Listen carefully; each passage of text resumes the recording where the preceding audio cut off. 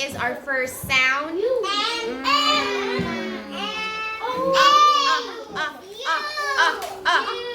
That's our U vowel.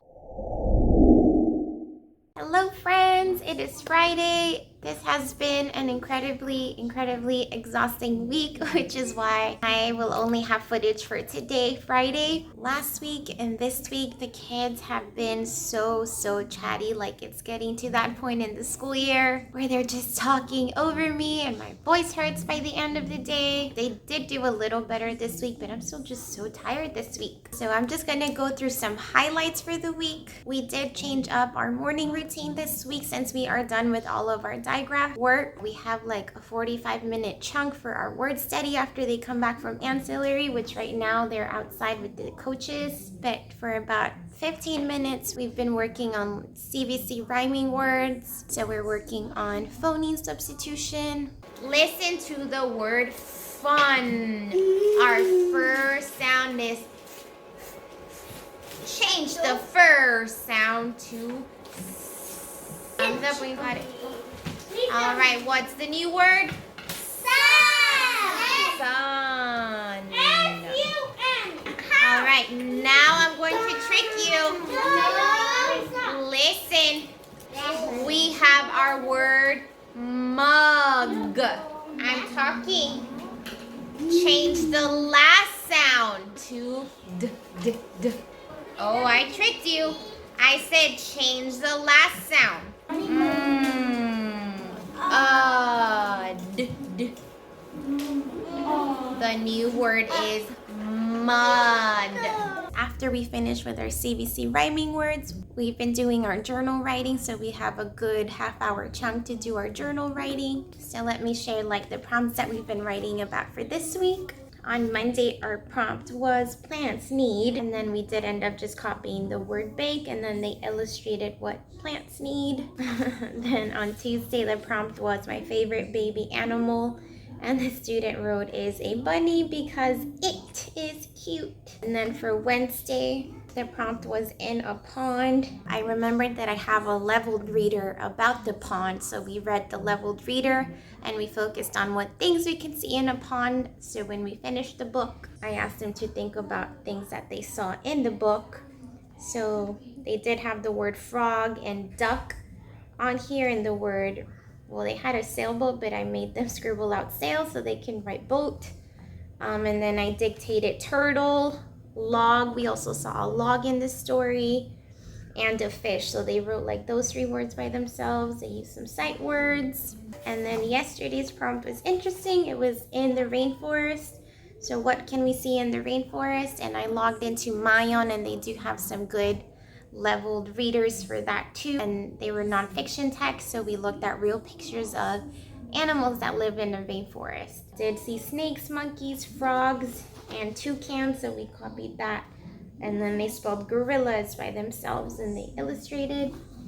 I think I've mentioned that out of my 17 students, which I have 13 in class and 4 online, only 3 of my classroom students are just still not ready to be writing because they don't know their sounds.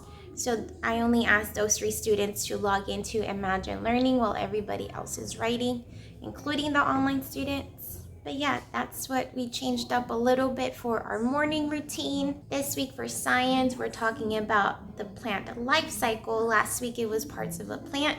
So we've been reading The Tiny Seed, and I did share these resources in the description for the last video, but I can link them again. These resources are from the curriculum Castle, and then these vocabulary words specifically were free. We are on day 11 of our marigold, so we've been counting down and we circled number 35. We need to be patient for 35 days. Here is my little carton. I mentioned that I do not have a green thumb, but I haven't killed our marigolds. So this is mine. I have 1, 2, 3, 4, 5, 6. I have 6 that have sprouted so far. So we planted them last Tuesday and I watered them that Tuesday, and then I watered them on Monday. But I did notice that some of them have like white fuzzy stuff, so probably like fungus growing on it. So I'm just not going to water them because it does feel kind of heavy. And I did end up cutting the little holes at the bottom so the water can come out. And it was Miss Mo's idea to put them on like the little lid so if the water needs to leak out, it doesn't make a big mess. But yeah, I'm not sure if it's normal for it to have the little white stuff on it. But they're growing and I haven't killed them. Every morning when the kids come in, we change out the number, the little sticky note number, and they all look at their plants. But yeah, it's Friday. I'm so tired. I just want to get through the day. One of my little friends bought these little unicorn ears and she's letting me borrow them for the day. And it really cracked them up. Yeah, definitely had to get some Vietnamese iced coffee this morning. Shout out to my hubby for running in and grabbing me some bring your own reusables. And yeah, we don't have anything very special planned today.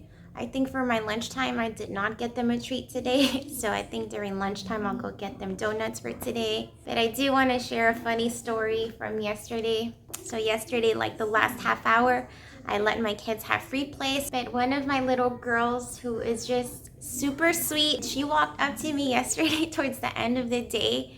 And she said, Mrs. Espinosa, you broke my heart. And my heart broke hearing that. I was like, what could I possibly have said to her or done to her to break her heart? And then she had her hands behind her back. And then she shows me her Play-Doh, and she had like heart-shaped Play-Doh, and she drew like the little zigzag line so that the heart looked broken. So she was like, I'm just kidding. And she showed me the Play-Doh. Oh my goodness, it cracked me up.